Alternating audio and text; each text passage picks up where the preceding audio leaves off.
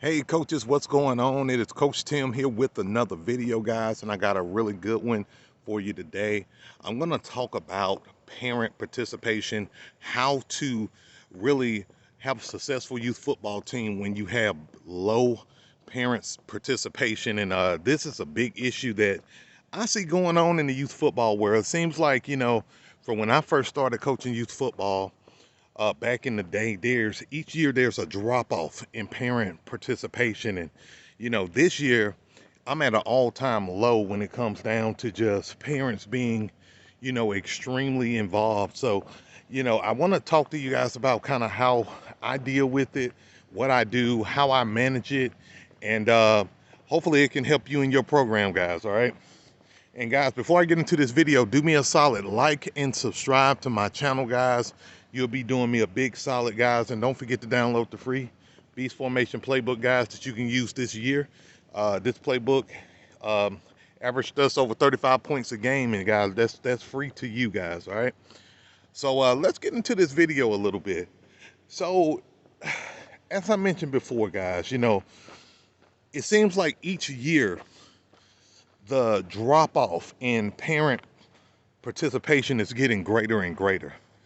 And, I understand that there's a lot of things, in our society that we can't control when it comes down to family dynamics, when it comes down to, you know, um, relationships between the kids, our players, mothers and fathers and grandparents even, and with my program, and I'm gonna I'm not even gonna just focus on this year, but I'm gonna focus on the last, I want to say 5 years of me coaching. There seems to be a very dynamic shift in when I played football, my mom and my dad was involved, and they made sure I had everything I needed, to be able to play. I'll be honest with you, my parents, even though both of them made sure I had the equipment, they didn't come to a lot of my games in particular, but they were there. They were supporting me, making sure I have the resources I need to be successful. But what I'm beginning to see now in the youth football world is that you have parents who don't show up to their kids' games.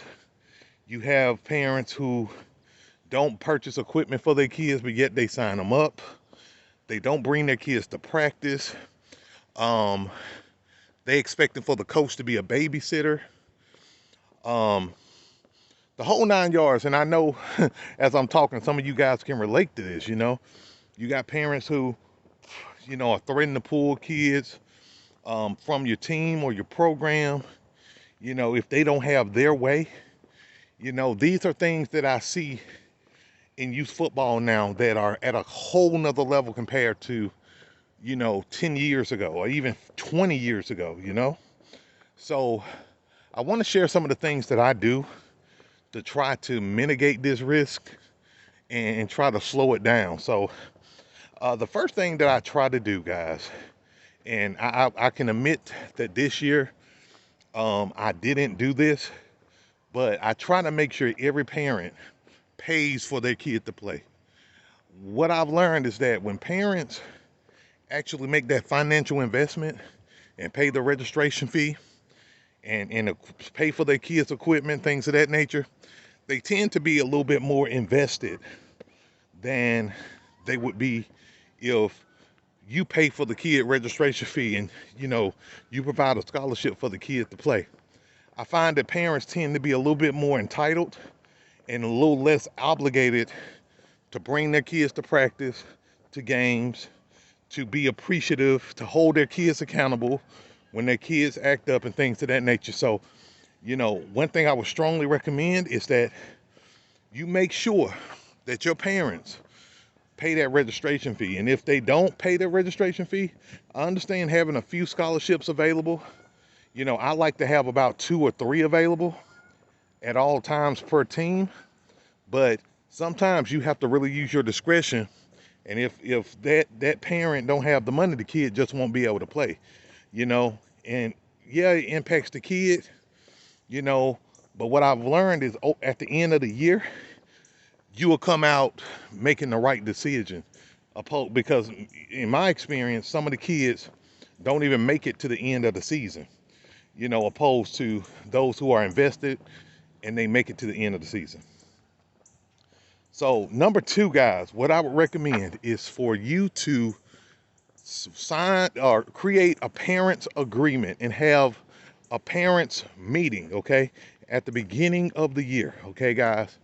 I think it's so important to set a tone and let the parents know what your expectations are, what how you run your program, what you're looking for, in terms of their kids being involved.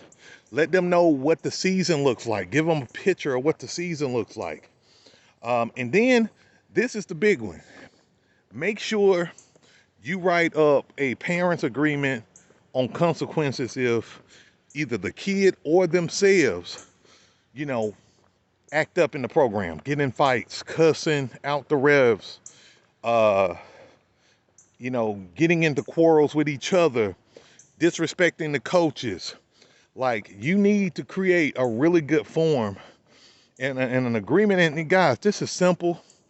We got a form, that I handwrite to make sure, that my parents are in compliance with our guidelines, guys. And, it's so important because a lot of these parents, they are cut up and then they feel like they can get away with it. But then, if you get them to sign this form, you can report it to your league, and, the league, let the league handle some of these things, that are becoming bigger than you. Because, guys, I'm telling you, man, it's different. It's different. There seems like it's a cultural shift in some of the parents where football, youth sports, youth development isn't as valued, as it used to be when I was growing up. And I mean, I played football in the 90s and early 2000s, and even then, football was kind of waning a little bit in the youth football space, just a little bit. But now it's like, parents just don't get it, some of them, and they don't value it. You know what I mean? And guys, if you agree with this, hit that like button, guys. And I love to know your comments as well, guys. If you agree or disagree, I'd love to see what you got to say on this topic, guys, because I think, a lot of your comments are as good as the video that I make, guys. I love to read your comments, and, you guys help a lot of the other coaches out here dealing with similar situations. So, the third thing that I like to do, guys, and this is the last one I hit on in this video, is that I really hold my coaches accountable. Like, I'm over a program of 4 other teams. So, I really hold my coaches accountable to make sure that they reinforce the guidelines and make sure they are communicating with their parents.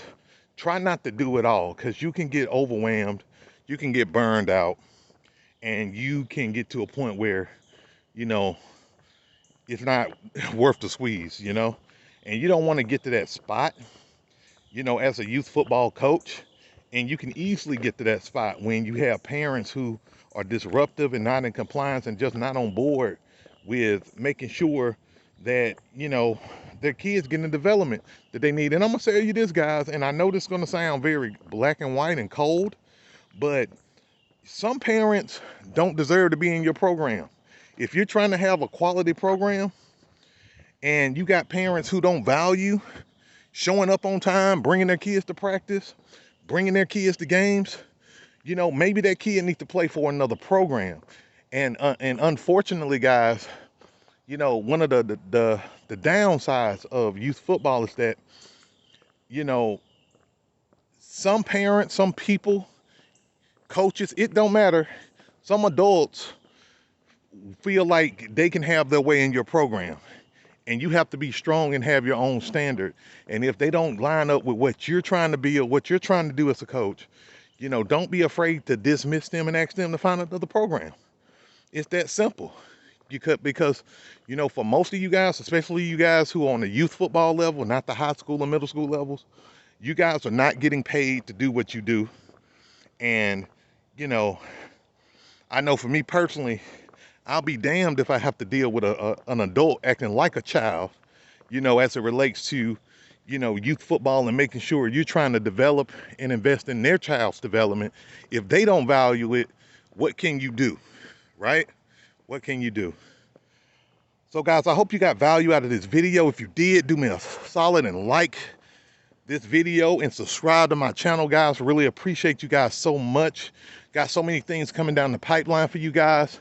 Got a new whiteboard, guys. I got a huge whiteboard I just bought, and I'm going to install that. And so we're going to get into a little more X's and O's as it relates to the Beast offense and my defensive concepts.